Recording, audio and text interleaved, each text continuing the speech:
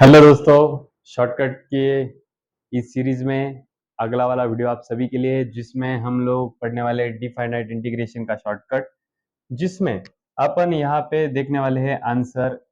जिस क्वेश्चन का देखने वाले हैं उसमें ध्यान में रखना एडजस्टमेंट किस टाइप का होना चाहिए। सबसे पहली तो लिमिट जो है वो 0 to π/2 होना चाहिए। लिमिट जो है वो 0 to π/2 होना चाहिए और उसके बाद में सामने एक तो साइन वाली या कॉस वाली टर्म होनी चाहिए। तभी आप ये वाला शॉर्टकट ट्रिक मेथड वहां पे लगा सकते हो। ध्यान में रखना बेटा, इसको इंजीनियरिंग में मैथमेटिक्स में कहा जाता है रिडक्शन फॉर्मूले। मैं आपको यहाँ पे बताने जा रहा हूँ किस तरीके से शॉर्टकट से इसका आंसर निकल जाता है। तो सबसे पहले देखो बेटा, यहाँ पे ध्यान रखना, अपना जो कुछ यहाँ पे लिमिट है वो हमेशा 0 to π/2 ही होना चाहिए, तभी हम शॉर्टकट लगा पा सकते हैं। ठीक है ना। उसके बाद में ध्यान में रखना, ये जो टर्म है उसका पावर जो है 4, हम क्या करेंगे उसे एज इट इज नीचे लिख देंगे डिनोमिनेटर में। उस बेस वो जो पावर है उसको बेस में डिनोमिनेटर में हम एज इट इज लिख देंगे। और उसके बाद में एक एक वैल्यू का गैप छोड़ के आपको सब वैल्यू लिखना है। 4 हो गया, उसके बाद में एक वैल्यू छोड़ दिया 3, उसके बाद में 2, एक एक का गैप छोड़ के लिखना है। उसके बाद में 0 आएगा। 0 तो हम लिख नहीं सकते क्योंकि आंसर यहाँ पे 0 या इन्फिनिटी हो जाएगा। करके 4 2 2 के बाद में एक वैल्यू छोड़ के 0 रहेगा, तो 0 हमको लिखना नहीं है। ठीक है ना। उसके बाद में यहाँ पे जो टर्म हमने नीचे लिखा था, मतलब जो पावर वाला टर्म था, उस टर्म में से एक टर्म हम आपको घटाना है, एक टर्म कम कर देना है। मतलब 4 है तो 4 में से एक गया, ऊपर कितने हुए बेटा? ऊपर हो गए 3। 3 के बाद में देखो, जो टर्म था वो हमने नीचे लिखा, एक को एक एक वैल्यू छोड़ के हम लोगों ने पिछले उसके कम करते हुए एक एक वैल्यू का गैप दे के वो वैल्यू लिख डाले। उसके बाद में जो पावर था उसमें से एक कम करके ऊपर लिखा। सेम नीचे जैसे करा है ऊपर भी वैसा ही करना है, एक एक वैल्यू छोड़ के आपको वैल्यूज लिखना है। देखो 3 के बाद में 2 आता है वो हमको लिखना नहीं है, उसके बाद में 1 आता है वो हमको लिख देना है। हो गया। और इसके बाद में इसको हम बना रहे हैं, इसको इनटू में लिख रहे हैं हम लोग 5/2। अब ध्यान में रखना, ये π/2 हमेशा आएगा क्या? नहीं, ये π/2 हमेशा नहीं आने वाला। जिस टर्म में ये दिया हुआ जो पावर है वो पावर अगर इवन आता है तभी हम π/2 यूज करेंगे, और अगर वो पावर इवन के बजाय अगर ऑड आता है तो वो टाइमिंग में हम लोग ये π/2 यूज नहीं करने वाले। ठीक है। चलो तो फिर इसका आंसर देख लो बेटा, क्या हो जाएगा फटाफट से बोलो।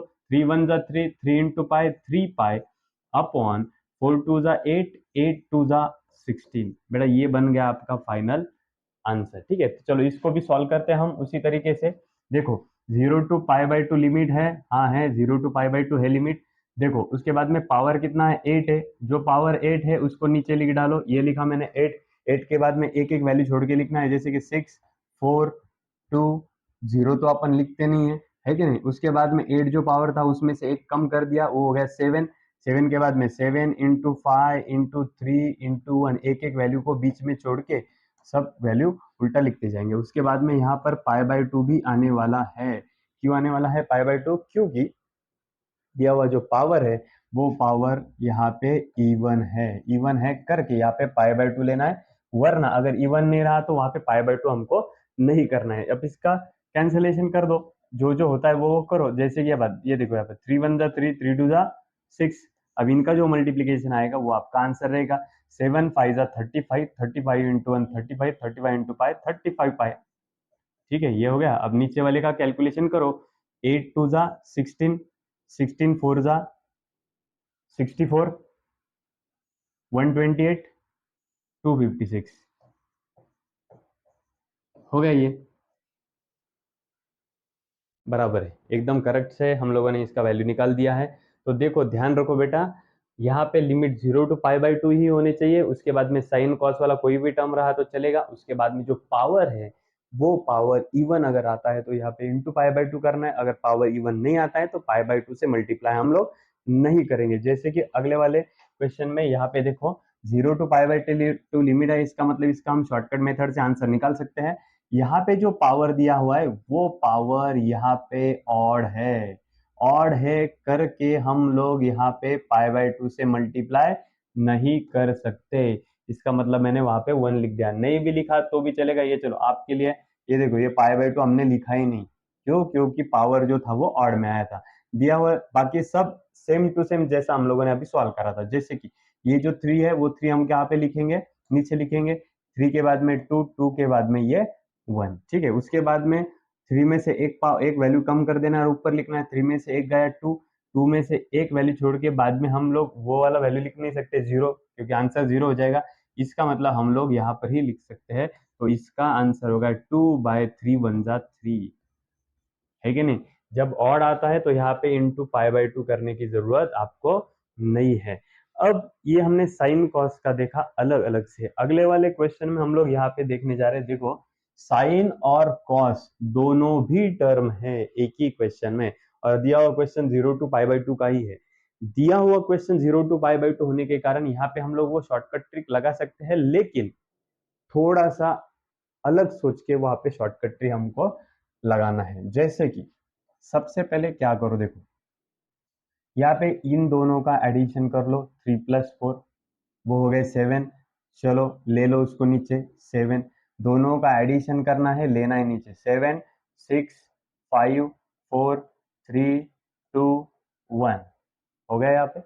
उसके बाद में ये जो दोनों ऊपर दिखाई दे रही वैल्यूज है, उन वैल्यूज को सेपरेट सेपरेट सॉल्व करना है। मतलब कैसा, यहाँ पे 3 है, ये देखो नीचे तो हमने दोनों को कंबाइन कर दिया, दोनों का एडिशन करा, एडिशन करने के बाद जो वैल्यू आए वो वैल्यू लिखा, और वो एक को एक एक वैल्यू छोड़ के यहाँ पे उसका आंसर हम लोगों ने यहाँ तक लिख दिया।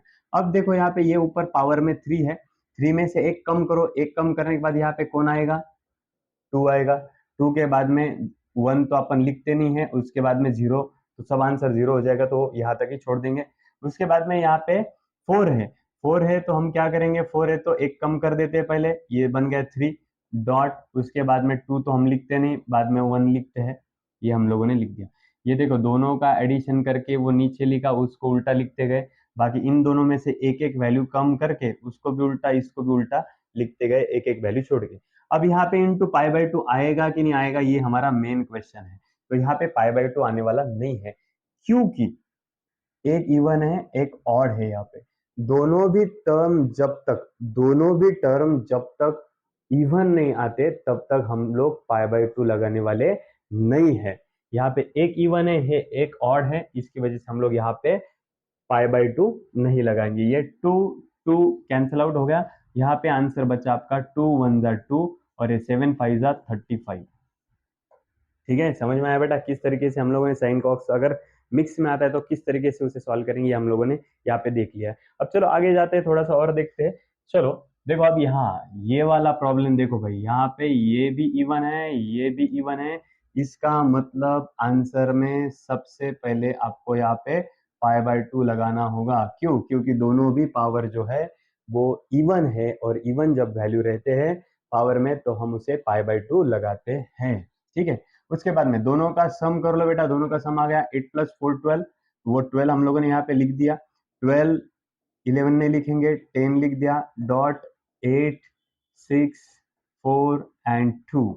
उसके बाद में ये 4 है, 4 नीचे तो दोनों को मिला के सॉल्व किया, ऊपर सेपरेट सेपरेट सॉल्व करना है। 4 है उसमें से एक कम कर दिया 3 देन 1, उसके बाद में यहाँ पे 8 है एक कम कर दिया 7 5 3 एंड 1।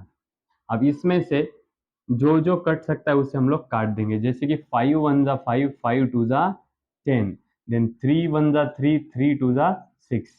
अब जितने भी वैल्यूज ऊपर है उन सब का मल्टीप्लीकेशन करना है, जितने भी वैल्यूज नीचे हैं उनका मल्टीप्लीकेशन करना है, और ये बन गया आपका फाइनल में आंसर। तो इस तरीके से हमने ये वाला भी जो कंसेप्ट है वो वाला कंसेप्ट यहाँ पे हम लोगों ने बहुत ही अच्छी तरीके से क्लियर कर दिया है।